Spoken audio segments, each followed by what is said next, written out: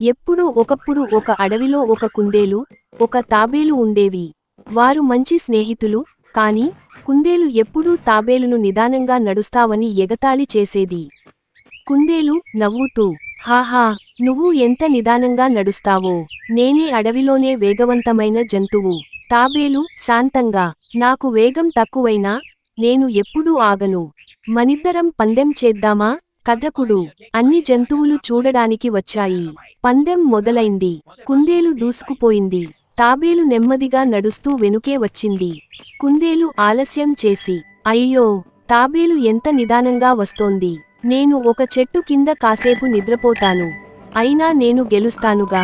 కుందేలు నిద్రపోతుండగా తాబేలు ఆగకుండా నెమ్మదిగా, స్థిరంగా ముందుకు నడుస్తూనే పోయింది. చివరికి తాబేలు గమ్యాన్ని చేరుకుంది. జంతువులందరూ హర్షంగా, హుర్రే, తాబేలు గెలిచింది. కుందేలు లేచి పరుగెత్తింది, కాని అప్పటికే ఆలస్యం అయిపోయింది. తాబేలు సంతోషంగా, నెమ్మదిగా, స్థిరంగా నడిస్తేనే విజయమిస్తుంది. కథకుడు. ఆ రోజు నుండి కుందేలు ఎప్పుడూ తాబేలును ఎగతాళి చేయలేదు. అహంకారం వద్దు, కష్టపడి పనిచేయాలి. ఇతరులను తక్కువ అంచనా వేయకూడదు. సహనం, పట్టుదల ఉంటే ఎవరైనా గెలవగలరు.